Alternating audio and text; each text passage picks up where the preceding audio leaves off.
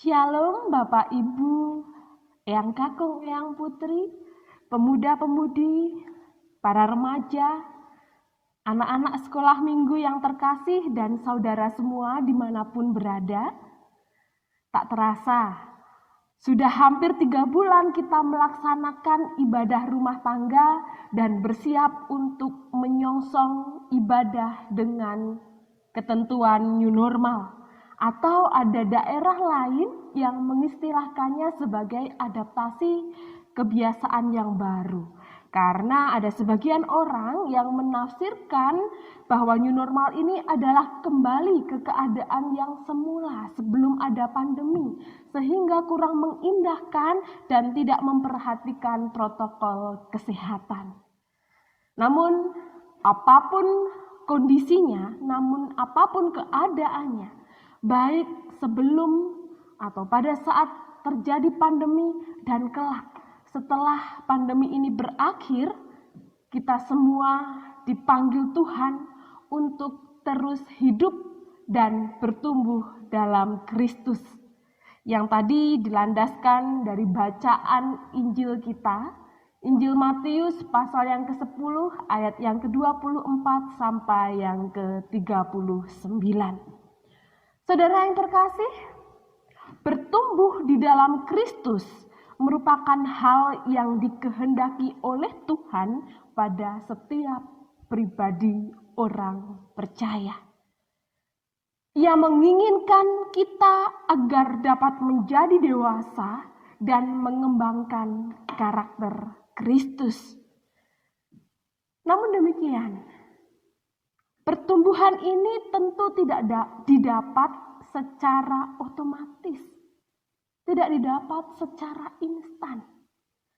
Dibutuhkan komitmen yang terencana. Kita harus mau bertumbuh, kita harus memutuskan untuk bertumbuh, berupaya terus bertumbuh, dan terus-menerus bertumbuh dalam satu pertumbuhan yang sehat. Karena itu, bertumbuh dalam Kristus adalah satu proses panjang yang harus difikirkan sejak dini. Jangan sampai kita sudah bertahun-tahun menjadi orang Kristen, namun tidak mengakar kuat di dalam Kristus, bahkan tidak berbuah. Saudara yang terkasih, ketika kita bertumbuh di dalam Kristus, seringkali kita akan mendapati banyak rintangan, banyak ancaman, banyak godaan, hambatan, dan pergumulan. Namun kalau kita mengakarkan diri pada Kristus, maka hambatan, ancaman, rintangan, dan pergumulan ini dapat kita pahami sebagai proses yang memberi pertumbuhan untuk kita dapat semakin dewasa. Kita bisa mengibaratkannya sebagai sebatang pohon yang besar. Ia harus berakar kuat agar ia bertumbuh subur dan menghasilkan buah yang berkualitas. Meskipun mungkin pohon ini harus mengalami kehilangan daun. Ada daun yang gugur, ada dahan dan ranting yang patah. Ada batang yang harus sekuat tenaga menahan terpaan angin, bahkan pula hujan badai sekalipun.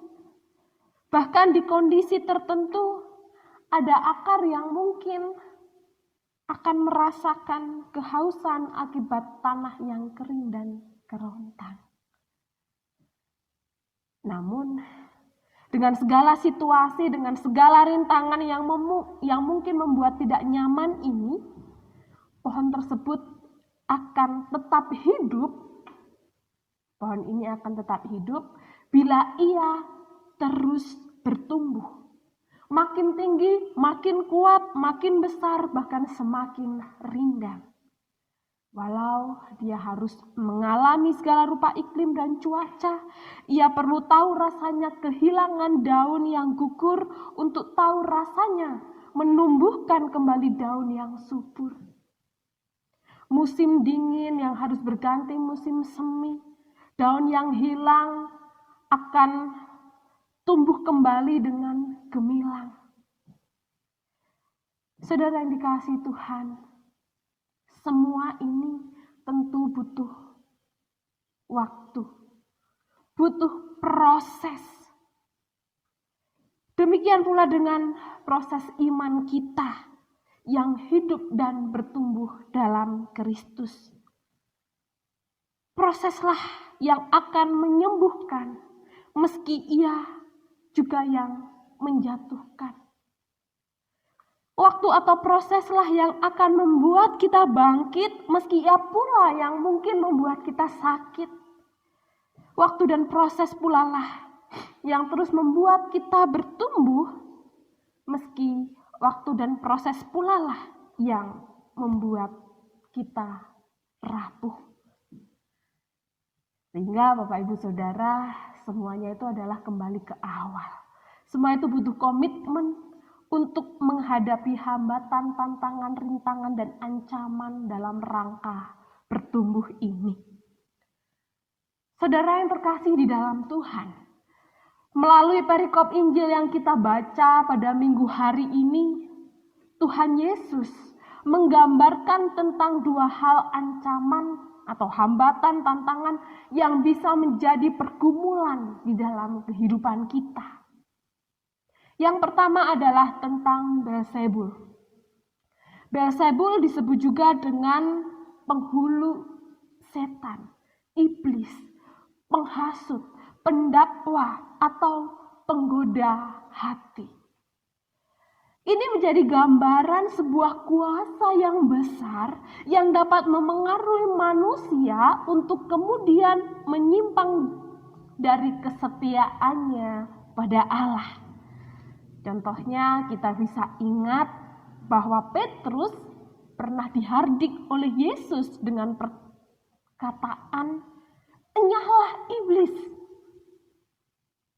Hal ini terjadi ketika mereka sedang berbicara tentang jalan penderitaan Yesus, dan waktu itu memang nampaknya Petrus mengungkapkan sebuah perkataan yang penuh dengan perhatian, namun sesungguhnya merupakan hasutan yang ingin mengalihkan Tuhan Yesus dari jalan penderitaannya. Saudara yang terkasih, Beelzebul ini memang tidak berkuasa untuk mematikan tubuh kita, karena ia merupakan penggambaran sebuah kuasa yang menjadi ancaman internal di dalam diri kita. Tetapi kita harus tetap waspada karena ia mampu membelokkan hati kita dan iman kita untuk mandek bertumbuh dalam Tuhan. Dan sebelum kita menghadapi tantangan atau ancaman yang dari luar, yang eksternal, kita harus memenangkan tantangan dari dalam diri kita. Firman-Nya tadi mengatakan bahwa barang siapa tidak memikul salibnya dan ia mengikut aku, ia tidak layak bagiku. Dengan demikian jelas bahwa pedang yang dibawa oleh Kristus harus digunakan untuk memisahkan diri dari keinginan-keinginan daging kita. Yang kedua adalah tentang pembunuh tubuh. Ancaman tentang si pembunuh tubuh ini hendak menunjuk kepada setiap orang yang memiliki kekuasaan untuk melakukan tindakan penindasan, penganiayaan, bahkan pembunuhan terhadap orang-orang percaya. Misalnya saja para penguasa, para pemimpin agama yang tidak takut terhadap Tuhan, dan juga kumpulan-kumpulan massa yang tidak menyukai Kristus. Mereka tentunya dapat melakukan segala sesuatu, bahkan yang terburuk sekalipun. Mereka dapat menjadi ancaman yang membuat iman kita goyah dan tak lagi tumbuh dalam Kristus.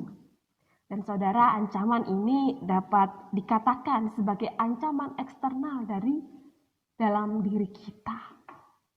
Saudara yang terkasih di dalam Tuhan, baik Beelzebul atau penggambaran ancaman hambatan yang dari dalam diri internal maupun pula tentang membunuh tubuh, ancaman dari eksternal, keduanya dapat menghambat dan menjadi ancaman bagi pertumbuhan kita di dalam Tuhan. Namun Tuhan Yesus mengajak kita untuk tidak fokus memperhatikan semua itu, karena dengan cara yang demikian hanya dapat membuat kita menjadi khawatir, menjadi gentar, menjadi takut. Dan ini menjadi bahaya saudara, karena dapat semakin menghambat pertumbuhan iman kita. Dan melalui bacaan hari ini pula lah Yesus meneguhkan, menguatkan kita dengan 3 hal untuk menghadapi ancaman pergumulan internal maupun eksternal. Yang pertama saudara, penganiayaan dialami oleh setiap kita karena kita adalah pengikut Kristus. Jadi tidak perlu khawatir. Untuk itu kita diajak agar melihat penderitaan yang dialami sebagai sarana untuk kita makin berakar di dalamnya. Bahkan kita juga diajak untuk tidak gentar, tidak takut mempersaksikan Kristus sebagai buah atau bukti dalam bertumbuh. Maka bagi setiap mereka, bagi setiap kita yang berani mengakui iman di dalam Tuhan di hadapan sesama manusia, Yesus menyapa demikian. Siapa yang mengakui aku di depan manusia, ia juga akan mengakuinya di depan Bapa-Ku yang di surga. Saya ulangi, siapa yang mengakui aku di depan manusia, aku juga akan mengakuinya di depan Bapa-Ku yang di surga. Ini merupakan penguatan bagi kita. Yang kedua saudara, milikilah ketakutan yang benar. Dengan perkataan sederhana, Yesus hendak menyampaikan bahwa bagaimana kamu bisa takut pada kuasa yang terbatas, tetapi kepada Allah yang memiliki kuasa atas seluruh tubuh dan hidupmu, kamu tidak takut.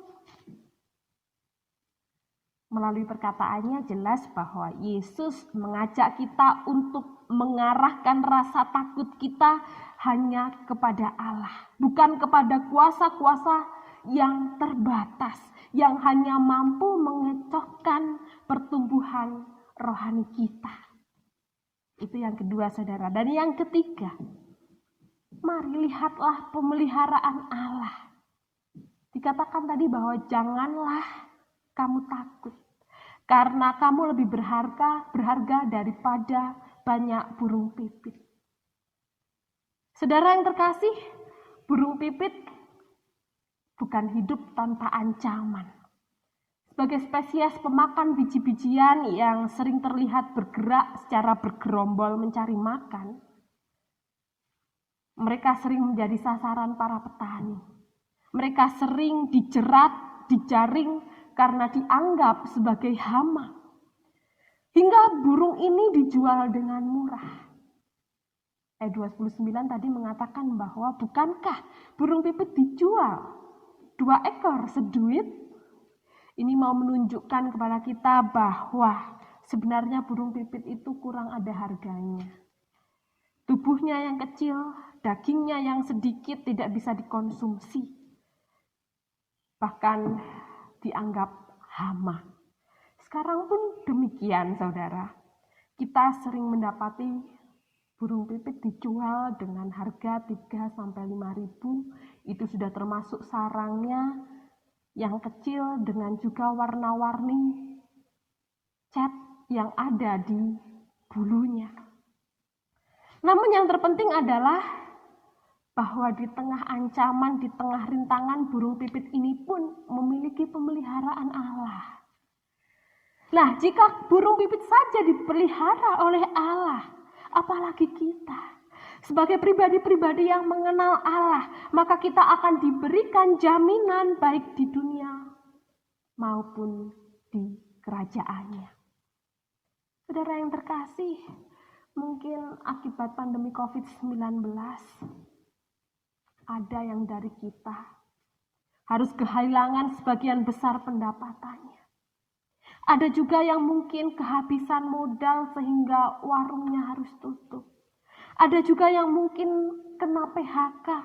Ada pula yang kehilangan semangat belajar karena harus belajar berjuang sendiri di rumah dan dengan tugas-tugas yang kayaknya tuh nggak ada habisnya. Banyak sekali. Ada juga yang melawan lelah karena persaingan di pekerjaan semakin berat, semakin ketat. Atau mungkin ada juga yang menderita sakit. Ada juga yang merasa diperlakukan tidak adil, memiliki akar pahit, dendam, dan seterusnya. Namun lihatlah saudara, betapa Tuhan masih memelihara kita hingga saat ini. Ketika kita bingung hendak makan apa hari ini, tiba-tiba tetangga mengirim hantarannya kepada kita. Makanan yang sudah siap kita santap. Bahkan bantuan dari pemerintah, dari gereja juga terus mengalir.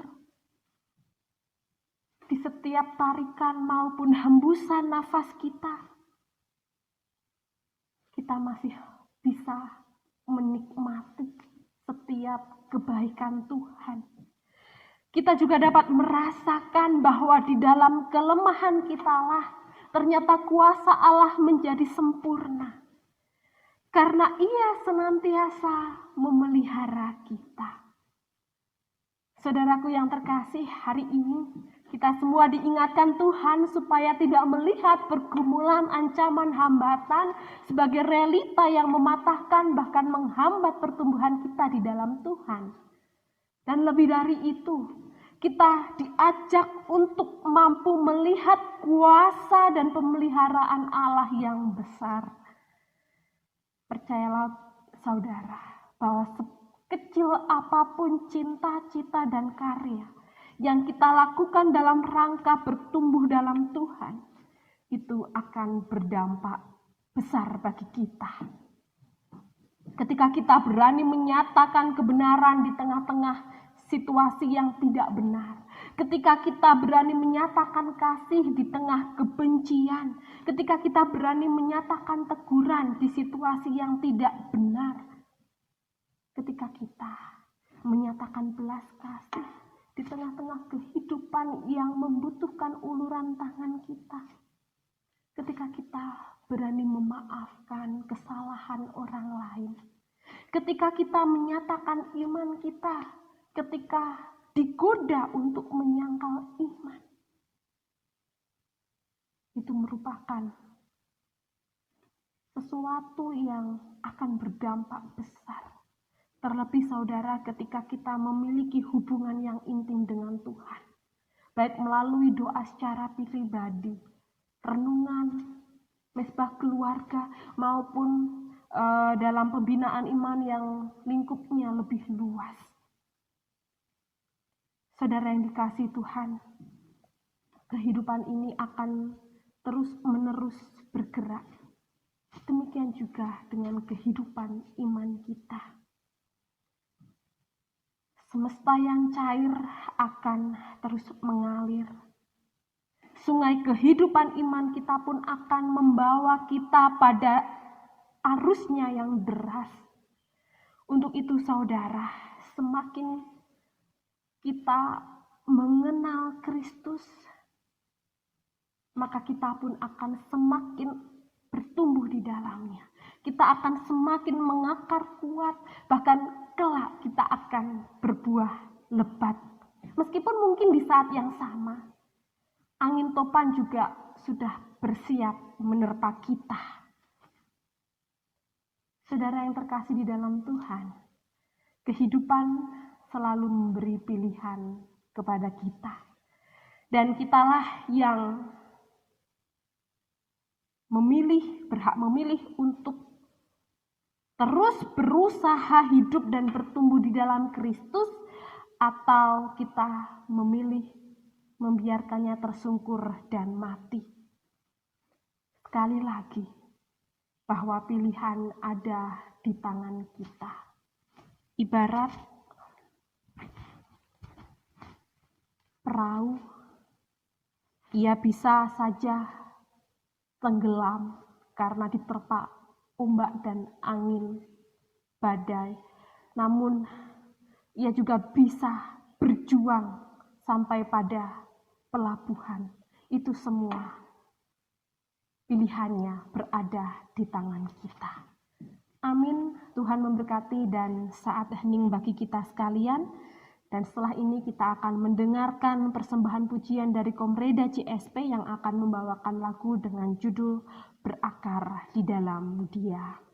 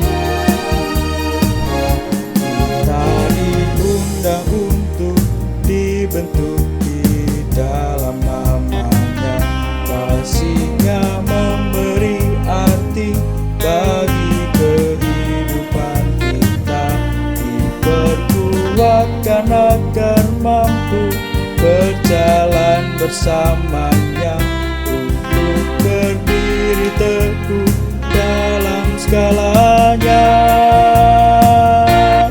Datanglah pada Yesus, berakar di dalam Dia, dibangun di atas Dia, teguh di dalam iman.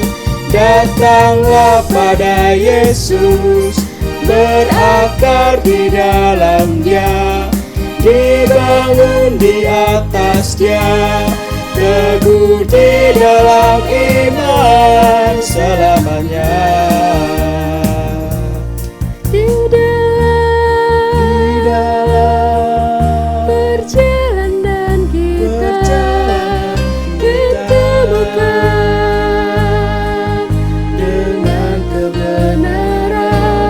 Dia akan membuka pintu kebenaran, kehidupan kekal. Datanglah pada Yesus, berakar di dalam Dia, dibangun di atas Dia, teguh di dalam iman. Datanglah pada Yesus, berakar di dalam Dia, dibangun di atas Dia, teguh di dalam iman selamanya, selamanya.